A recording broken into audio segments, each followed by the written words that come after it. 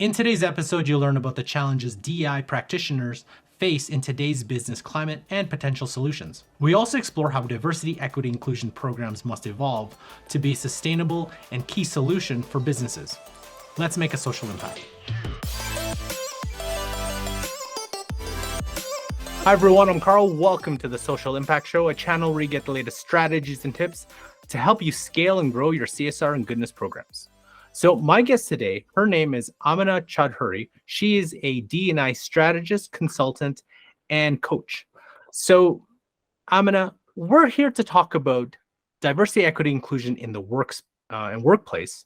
So in your opinion, what do you see as the current state of DEI in the workplace today? Hi, Carl. Thank you so much for having me. I appreciate being on the show and talking about something that is like super, super important and relevant in today's workplace and actually just world in general. State of DEI in the workplace. That's an interesting question. We are a few years out past the George Floyd murder, when there was like a significant uptick in DEI interest. There were a lot of directors of DEI and chief diversity officers hired into roles. And I think that it's interesting to see that now a lot of those roles are being rolled back, right? Organizations and companies are coming out of the pandemic saying that we have business constraints, we have financial constraints. This is not a good time in the economy. And so when they're looking to cut, it's very interesting to see that the parts of the organization that get cut are diversity related. Part of that is also like the political climate, and that DEI is under a lot of criticism. And I think one of the reasons I would say that this is ending up being a trend, like that to me is a symptom that the business world never saw DEI work as integral to their business success. That it is perceived as an add-on.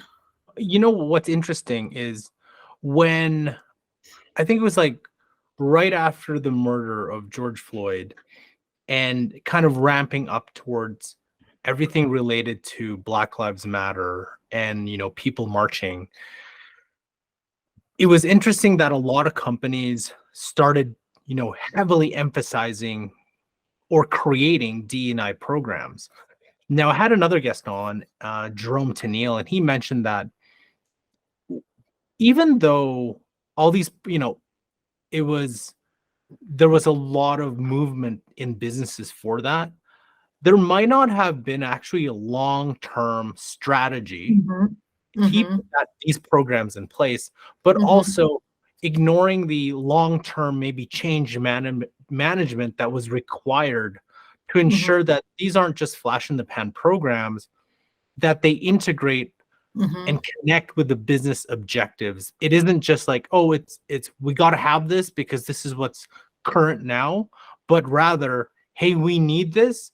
Yes, it's important today, but it's also important long term because it actually helps our business and meet their objective. So like as a coach, right, when I'm working with my clients, one of the first things that I'm going to help a client when I'm working with an executive leader, one of the first things I'm going to help you figure out is like, why do you want to engage in inclusive leadership coaching? Right? It's executive coaching with an anti-racist DEI lens or focus, but like, why are you wanting to do this? And I find that most clients, while they can articulate why, if they were just doing executive leadership coaching, they know exactly why. They can exactly draw a very straight and very short line between the skill that they want to hone and the impact it's going to have on them as a business leader. Same thing, right? But when I am working with a client and doing inclusive leadership coaching, I find that there's a lot of floundering on the why. There's a lot of uncertainty. A lot of people are like, I just want to be a good person, or I don't want to make a mistake. I don't want to be canceled. And there's a lot of don't wants, but like, what is your purpose and why, and how does that connect with your ability to actually be an effective leader? that takes some work. That takes sometimes a session and a half to get to and to figure out. I see the same issue, like, right? Like, what are organizations? Organizations are basically people, right? They're made up of business leaders. And when the uptick happened with, oh, we need to hire a DEI director, we need to hire a CDO, or we need to have diversity offices, that sudden interest and all of a sudden ability to allocate money and funding for that was driven by optics. It's that we aren't, the predominant why for businesses was, we won't look good. We are a business where our customer is, I don't know, let's say 40% Black. It doesn't look nice, good that we don't have a chief diversity officer. We are a business that serves or is located in XYZ geography. It doesn't look good, right? Or our competitors are rolling out their inaugural diversity initiatives. It's going to look wrong for us to be behind. And so a lot of organizations, not all, right, but a lot of organizations got on that yacht or that boat out of a trend that they were following. And now that the impetus of or the pressure of not looking good has relaxed, there's a confusion of why are we wasting this much money? Why is our budget being spent on this when we are suffering on XYZ? So not being clear on your purpose of how exactly is equity and inclusion work integrated with your business outcomes, and how actually does it make you a business that is viable and relevant in the communities that you exist and the customers that you serve and the employees who work for you. Not figuring that out made that not a sustainable initiative. And also I think most businesses struggle to explain what exactly is the equity that they're trying to achieve. I think most businesses don't know. The farthest they are able to get to is compliance. We don't want to get sued. We don't want to do something wrong, right? We want to be EEOC compliant. Or they'll pivot to I want my employees to feel supported, right? Or I want to be able to recruit a diverse employee base, but not able to actually figure out that representation, right, is the furthest they can get. But most employers cannot articulate the why as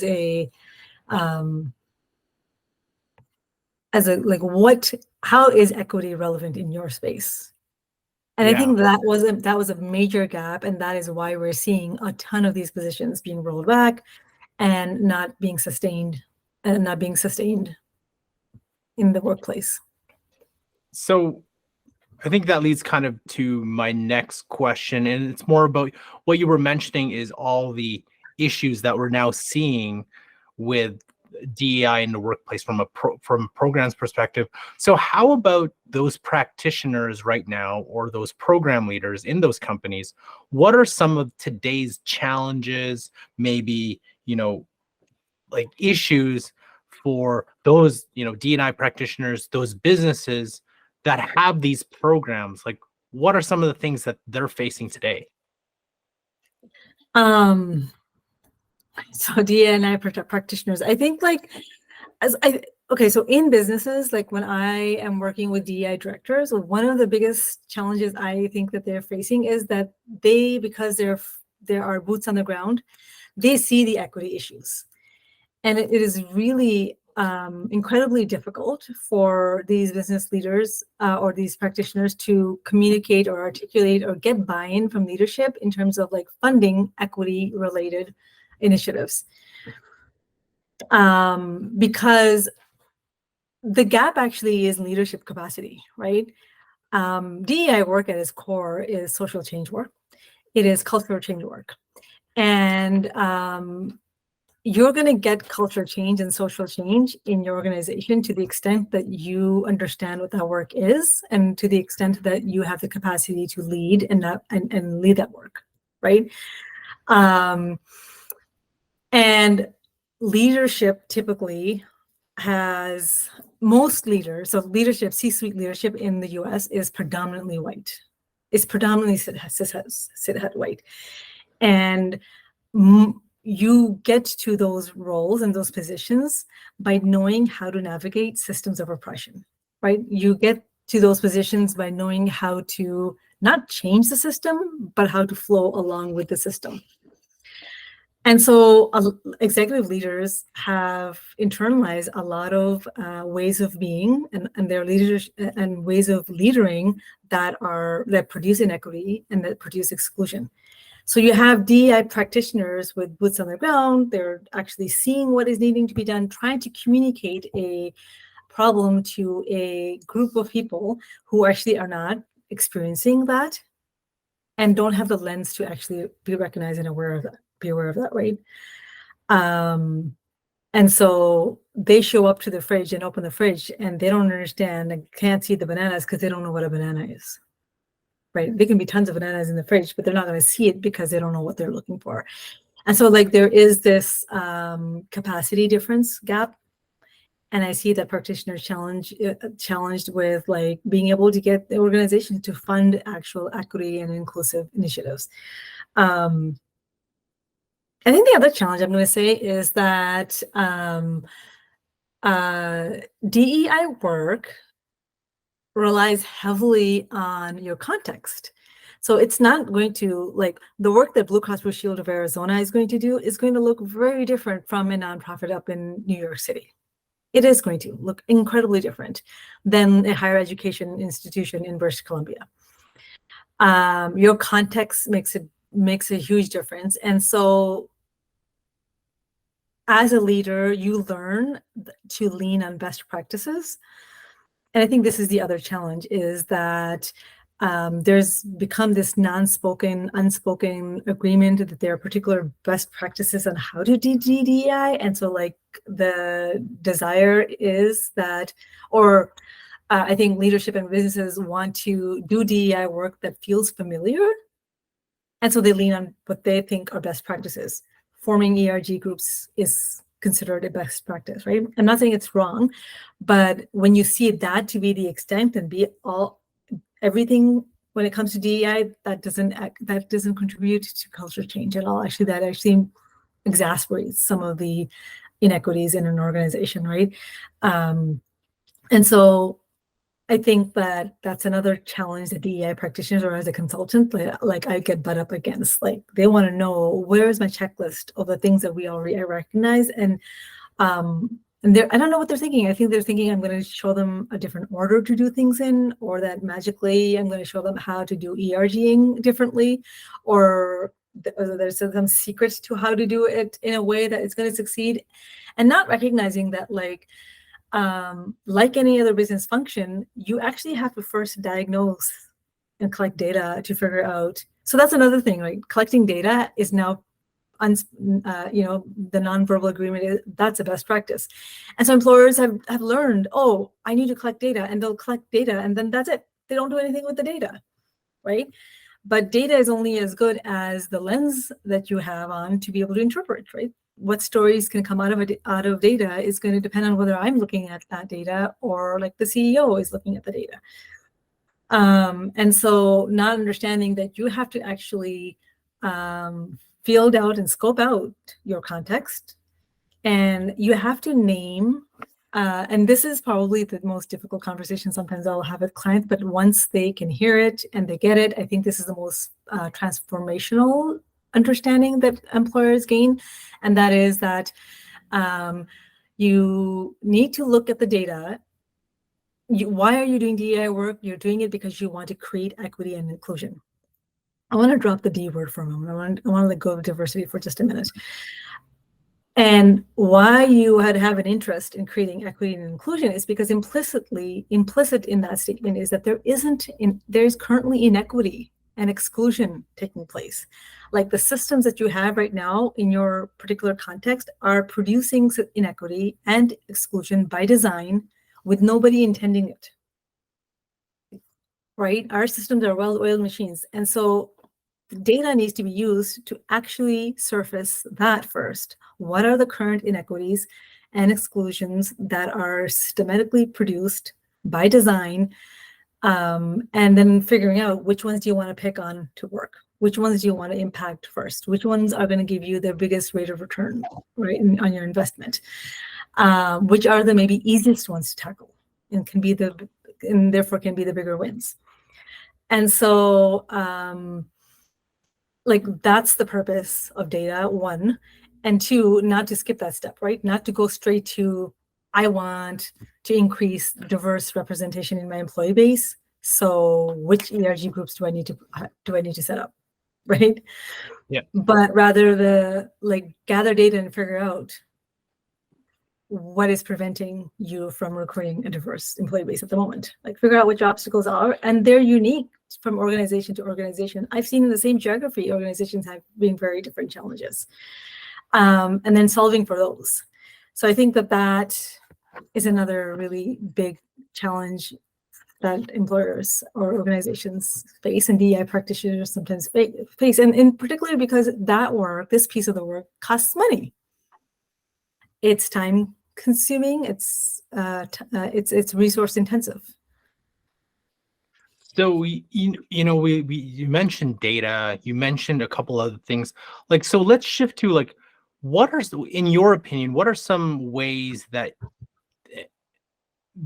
those practitioners, those businesses can actually overcome these challenges? Like, I know the answer isn't simple, but like, what are some very, I guess, like, maybe paths forward that, in today's like economic and business conditions, that these, what are those solutions that they can look forward to? This is gonna be a hard answer, and it's not a fun answer to hear because it's a little complicated. And one of the things, like I mentioned to you, is that often what is standing in the way of DEI succeeding or having proper impact at an organization, it's leadership, right, and their own inclusive capacities, right? Do they know and understand what social systems are? Do they know and understand what systemic, what does it mean when someone says there are systemic challenges and barriers, right? Very often, leadership's capacity carries them to the point of understanding that it's individual beliefs and attitudes that are leading to culture not being the best culture. And so in their mind, they're thinking my employee base needs trainings. And this is why this is another best practice that I think organizations lean towards is wanting to, tell me what series of trainings my employees need to go through, right? And this is one of the reasons why I tell people, consulting is transformative, but more than consulting, coaching is transformative. The individuals who are part of the system, who are the decision makers, the actual decision makers, right? Who are the ones who are holding onto the purse strings, who get to decide how budget moves and how resources are allocated. The ones who are like laser focused on, we'll do all sorts of stuff, but really the meat of the business, what matters is what keeps the business alive and the business outcomes. Those leaders are the ones whose capacities need to be increased, right? So those are the ones who actually need something like inclusive leadership coaching. They're the ones who need the coaching so that they can build some degree of muscle to be able to engage with the kind of work that DEI work is, because then they'll be able to, then the work doesn't have to happen where your DEI practitioners or employees are turning around and trying to educate you and trying to beg you to do something that you actually are not getting, right? And so there's a really good book called The Culture Code. Daniel Coyle, I think is his name. And he talks about, he basically talks about organizations and companies that are highly productive and effective, and attributes culture to their performance. And so he tells stories and draws conclusions. And so one of the things he talks about is that culture change can't happen grassroots up, right? Culture change, the only trickle down theory that works is culture change, right? Because we mirror we will mirror and follow the behavior of the people who have the most power. This is also like a human design, that this is how we are wired. No matter how many trainings you put me through, like a mid-level employee, if it contradicts how my CEO behaves, if it contradicts what my VP and my directors, how they're modeling behavior of culture, I'm going to actually always align.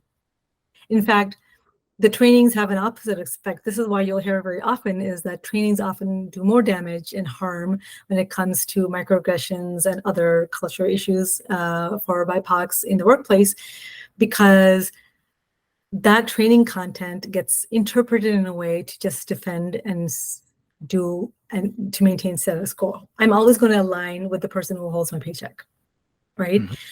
In behavior, and I'm going to do it without actually putting a lot of thought, because that's where this safety is for me. And so one big tip, like for the people who are listening to this podcast, like one major way DEI work needs to be seen differently and needs to be approached differently is leadership needs to build its capacity to engage with, I would say, anti-racist DEI skills. Because, as I said, most leaders get to those positions without having developed those skills. Most leaders that I'm coaching will tell me that they're afraid to say the wrong thing. That is a symptom of, that tells me you have a lived experience of not having to center the most marginalized, because you don't know how to. And so that's where the fear of, like, I actually don't know what to say. I don't know what to do.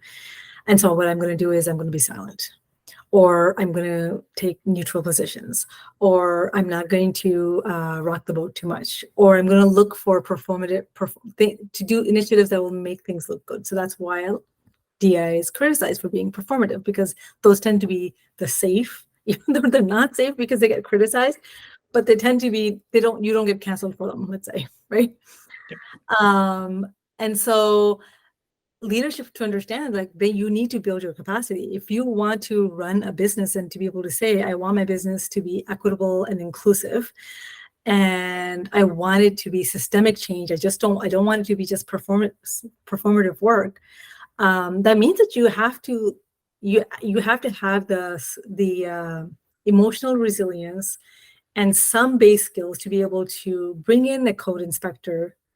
And when they tell you all the things that are out of code, that then you have the willpower and courage to do some demolition before you do some renovations. That you're not just going to go with your ego or with what has worked so far and just bring in someone to do slap on a new paint coat.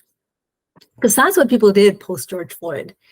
That's what organizations predominantly did, is that they wanted to hire people who would just fix the look of the building.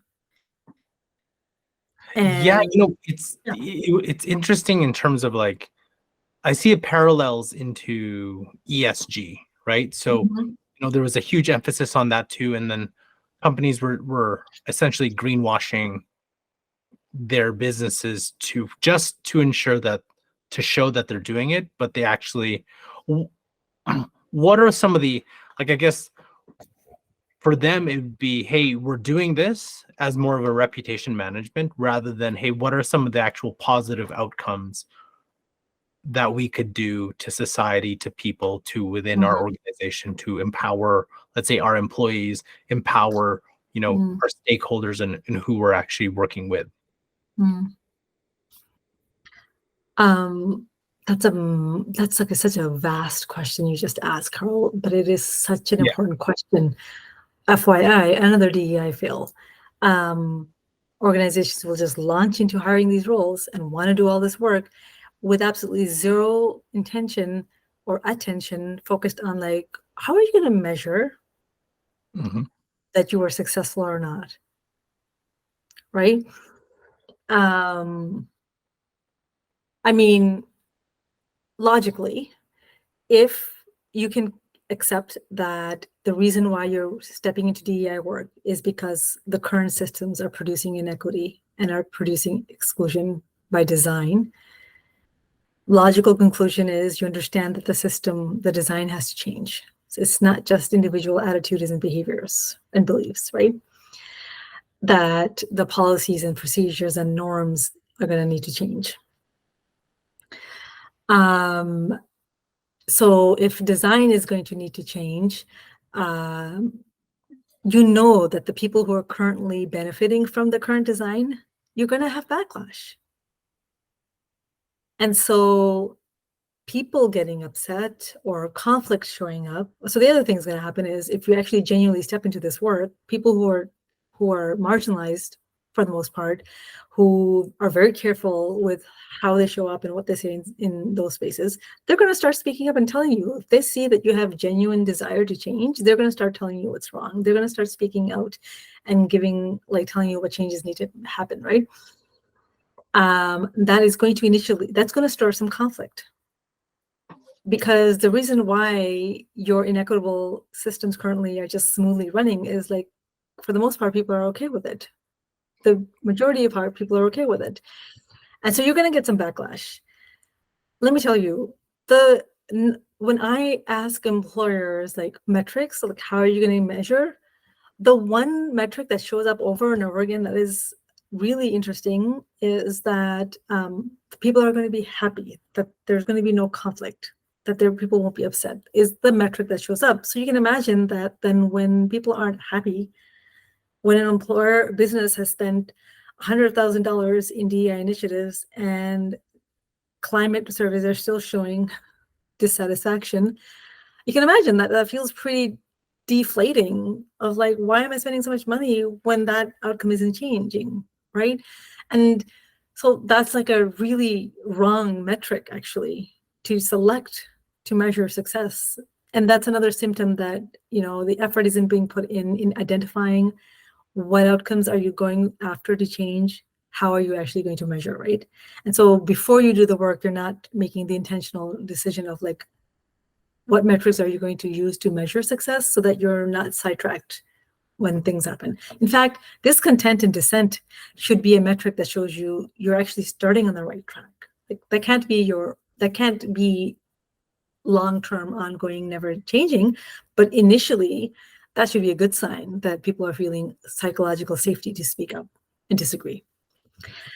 And so, yeah, how are you measuring, right? I'm going to say something controversial, but for the businesses listening to me, like this is super important, especially in today's climate, right? And when I say today's climate, I mean global climate, with like collapse and climate crisis and poverty and, there being such an inequitable distribution of resources between the global north and the global south. If you are an organization and your employees, I don't care whether they're knowledge workers or frontline workers, right? If your employees are they're working full-time and overtime and still having to go on like food stamps, that's an equity issue. It's a pay equity issue. And it's a tough one to look at and figure out how to resolve. It's not hard to resolve, but it tends to be a tough one for businesses to figure out because they immediately hear price tag. And so that's a serious equity issue, right? And so, so measuring the outcomes, like identifying the outcomes that you want. So if you worked with a good consultant, right, who had a good assessment tool at their disposal, and they did a measure of using an assessment tool and qualitative interviews, then hopefully what they're gonna enlighten for you is like a series of outcomes that you possibly want to change, and maybe it's a series of outcomes that you already have and just need to be amplified better, and maybe they will counter some of the negative ones that you have that you want to change. And then you want to figure out as an organization, like which ones are you going to tackle the first year? Which ones then can you tackle second year, scaffold, because you already got to work on these easy ones or ones that were more integral to your business outcomes.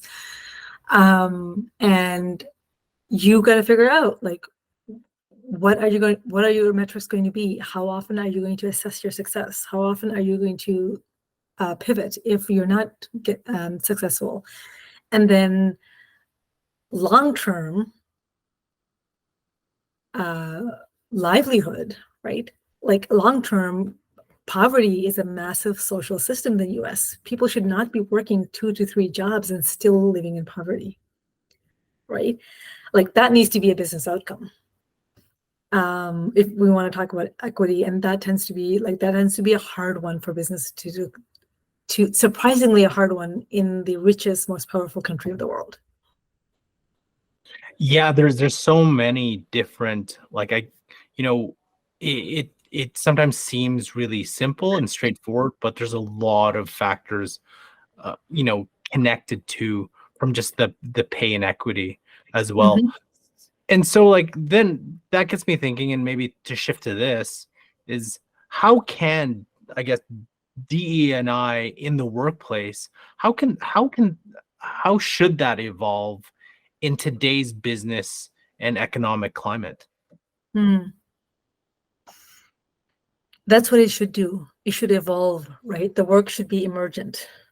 I think the first thing that employers need to do is they need to stop leaning on cookie cutter solutions, cookie cutter / best practice, right?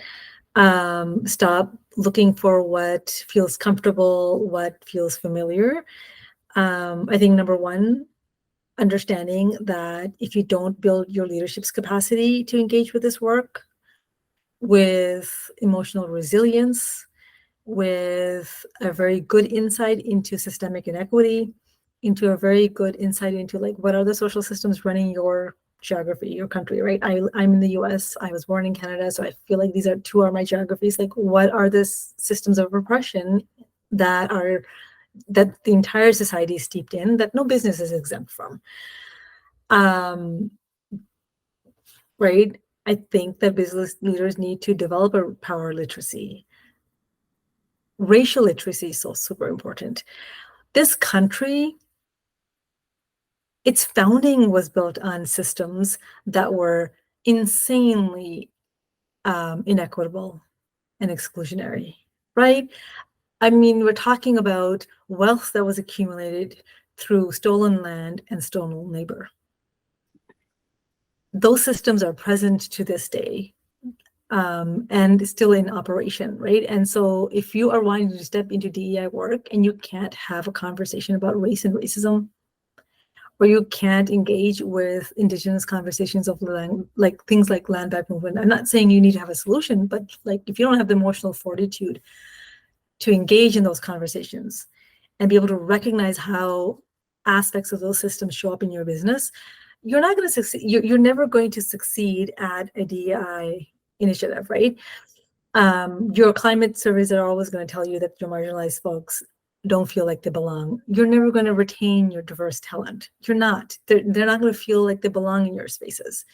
And so, here it is. Step one, understanding the DEI work is culture change work, period. It's culture change work. It needs to be systemic work. Step two, leadership needs to have the capacity to have a robust understanding of some of these, I would call them knowledge frameworks. They'd have to have some experience with tools that they know that they are able to bring out in their leadership to be able to create inclusive spaces, at least where they personally show up. And then on top of that, and so that they can actually support their business in making changes that sometimes are seen as hard changes. And then three, I think whether you hire people to work in your organization, you see, I think if leadership builds its capacity, you can hire a chief diversity officer and you can hire a DEI director and you can create an office, right? Because those people then will be able to do the work in your organization because you'll know exactly where you're leading them. You won't be the naysayer. You're not the one who's going to shut down that work. I think that when leadership doesn't have the capacity, it's better to work with a consultant, because the person who is depending on you for their paycheck is only going to be able to push you out of your comfort zone so much. I mean, I did DI work in organizations, and I can tell you, I don't have a language barrier. I am Canadian born, lived in the US for a long time. Even though I'm an immigrant, I want to say like, fall into a lot of first generation immigrant coping mechanisms of assimilation and all that. Like, I'm outspoken, I'm not afraid of looking bad, or I'm not afraid of conflict. I'm afraid of having hard conversations. And as a DEI person in an organization, it had a massive toll on my health. It had a massive toll on my health, because everybody who has social and positional power in the organization is fighting not what you say necessarily, but what you do. Right? They want to say what you say, and they want to figure out a way for it to function as paint and new siding. But they actually don't want to get the plumbing. They don't want to expand the hallway size to accommodate wheelchairs. They don't want to redo the wiring. Even though they'll benefit from it in the long term. Right? And so that's what building leadership capacity is about. It's about you being able to see that in the long term, this is actually in your benefit. Your business is going to do better. You're going to actually make more money. You're going to actually fare through challenges and political or social challenges that other organizations will not be able to fare through. But it requires some upfront work. So I feel like that's the advice I would give people who are listening is like leadership, like do an assessment. There are so many assessments out there. Figure out whether you have the capacity to engage in this kind of work, then hire your own people and actually pay them what you pay your consultants to do the work, right? Pay them, listen to them. And if you don't, then work with consultants, right? Have someone kickstart that work off. And my advice out there for consultants would be, because there are a lot of consultants who they'll say like, I have the right to make money. I have the right to make a living. Yes. But I think that like the ethics come into question of like, are we enabling businesses to do and engage in performative work where in the long term it is actually causing harm over good, right? And so my advice to consultants would be we do have sometimes an upper hand or some leverage to say, this is what the work should look like. This is what I would tell you, right? Normally my clients are looking to me and asking me, Amena, what should I do? How should I do it? We might have lots of conversations on it, but like they are looking for me to tell me how to do. An employee is usually is given a job description to say, this is what you're going to fulfill, right? And so I would say that like you got to build your leadership capacity. You have got to use data strategically and smartly.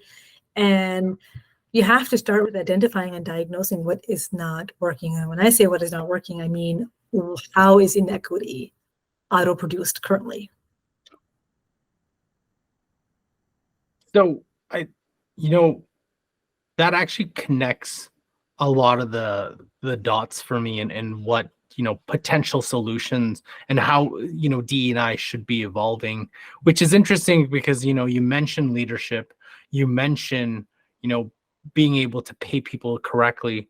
So in I guess shifting to, it seems that you have a lot of experience working in this space. So I guess, can you tell us a little bit more about Zarafa Consulting and what some of the things that you offer and maybe some of the things that you've seen as you've worked in this space?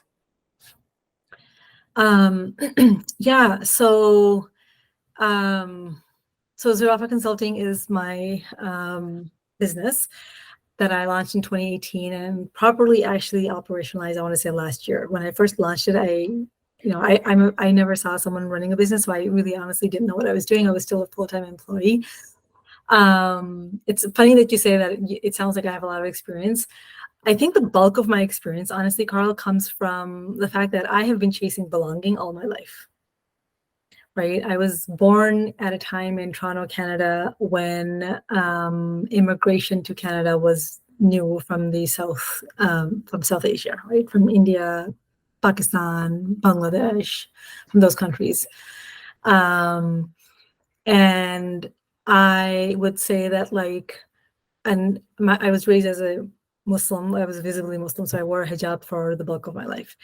And so my parents were never happy about immigrating. They would always root us up and try to go back home and resettle. So every year and a half, 2.5 years, we would permanently go back to resettle in Pakistan, which never worked out, and we would end up back. And I feel like the lived experience that I gained was that I was never white enough, Christian enough to be accepted to not be an other, actually, in the Canadian society. And I was never brown enough back home, right? Actually, I was not brown enough and too Muslim, to be honest, because it turns out, I've learned from, in hindsight, that my parents got really into wanting to preserve the religious identity, because as immigrants, they felt like there was nothing surrounding us to actually help us hold on to that. And so more so than, I want to say, my extended family back home. So I've been chasing belonging all my life. And I think that I have, in a lot of settings. So I'm in my late 40s, and I will say that I've moved about 80 times in my life, lived in a lot of places. And the work that I do through Zarafa Consulting, I bring solutions to pretty much white leaders to create belonging, because I know exactly what I needed and I didn't get, right? And so I feel like that lived experience insight is super, super, super, what do I call it? It's not negotiable. It's not replaceable. There's not a PhD you can go get and be like, oh, this compensates for lack of lived experience. I think sometimes that is underplayed, how much intuition and insight that actually comes from the lived experience of not belonging. And then my professional background is in learning and development. And so through Zarafa Consulting, what I do is I want to say maybe 2 legs or maybe 2.5 legs of my business. I do one-on-one coaching. So I work with executive leaders and I provide inclusive leadership coaching. And on the flip side, I work with organizations to do DEI strategy. So I do exactly that. Some sort of an equity and culture audit based on what you already have. Maybe you already have data, or I have an assessment tool, and I will use that to collect data and help you create a strategy, help you create an implementation plan, a work plan, and then I'll help you at year end do an assessment and regroup for year 2, year 3, year 4. What I tell employers is I'm not a work for hand I used to be. So that was something that I used to do, and I don't anymore, because I really do want my clients to build the skill and the muscle to do the work and sustain it. I want you to learn how to do this in a way that it becomes muscle memory from you, becomes easy for you as you do it, and that you're not stuck in the ways that we see businesses stuck today, the freeze, or either the fight or freeze, right? And so yeah, I help organizations figure out how you're hungry for systemic change. There's a gap between your intentions that you're vocalizing, your diversity statements, your inclusion statements, your ESG statements, and there's a gap between that and the actual outcomes that you're attaining. I will help you build a plan to bridge the gap.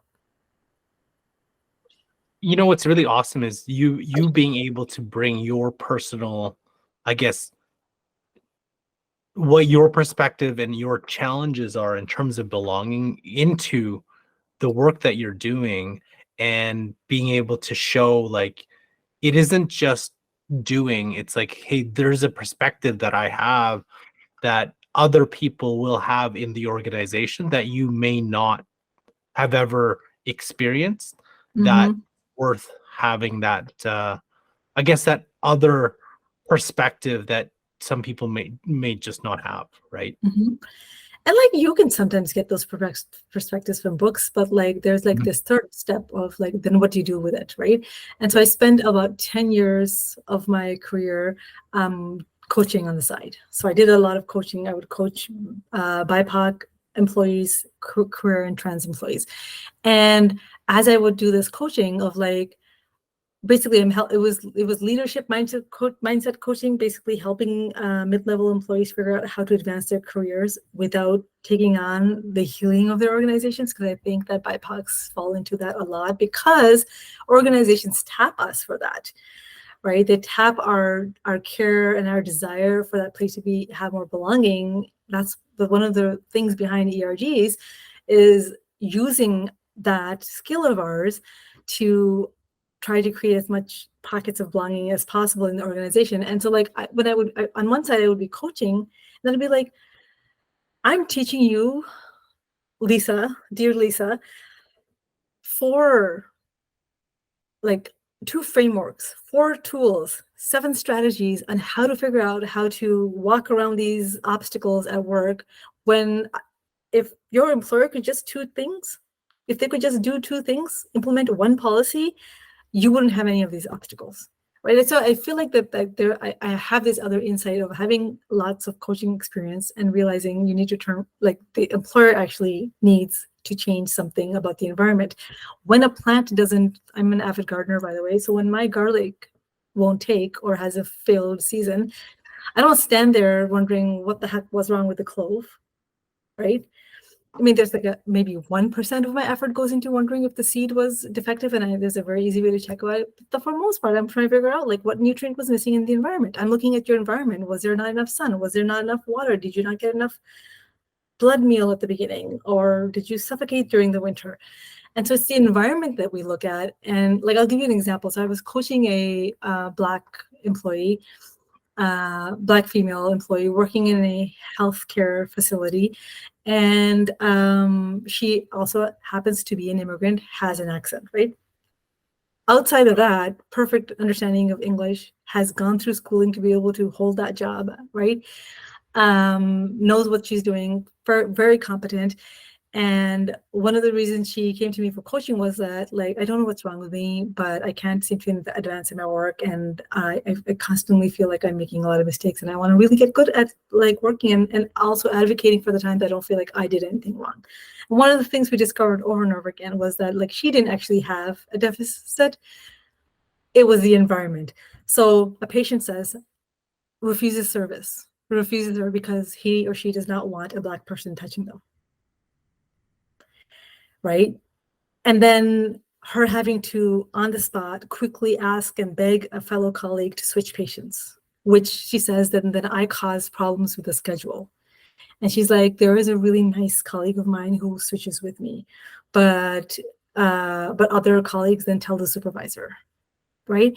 And so her thing was like, what do I change about myself? Some people have told me I don't smile enough. And then I tried smiling and that hasn't worked.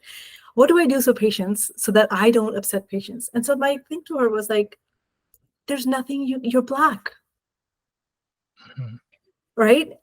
The person, you can't change that part of you. And so like what we worked on was her skills on figuring out how to advocate for herself with her supervisor, how to get her supervisor to see this is not a competency skill gap. There is a workplace policy that needs to be in place. I had to like, she did an amazing job, by the way, eventually when we got through some of this coaching, but like your employer needs to support you in that workplace. They hired you, they want diverse talent in the space. They need to have a policy that says that when you come to get care from us, you can't refuse service based on race. That needs to be the policy. And she was just like, I can't say that to my employer, they'll fire me. But she eventually ended up leaving and ended up, like there were small pieces and slivers of the employer, her supervisor, seeing slightly what she was saying. But she ended up leaving eventually because leadership didn't have the capacity to actually understand what racism looks like and what pieces are your Black and brown employees to hold and figure out, and what pieces are actually yours to do. Like, what is your work to do? That's systemic. I don't know if I answered your question. I may have strayed. Oh, no, that's good. It's interesting because we can speak and have a conversation about this for hours upon hours. So Amena, though, but if our audience wanted to connect with you, learn more about Zarafa Consulting, where's the best place to reach you? Awesome. They can DM me in LinkedIn. I am most active on LinkedIn. You get the fastest response from me in a DM from LinkedIn. You can also email me, right? Amena at zarafaconsulting.com. I'll send that to you. And then when they go on LinkedIn, there's a link on my profile that they can use to book a call with me. They can book a free strategy call anytime, and we can take it from there. I think that's the fastest, easiest way to get in touch with me. Learn more about diversity, equity, inclusion by checking out this playlist here, and learn from other social impact professionals by checking out this playlist here. Thanks for watching, and we'll catch you next episode.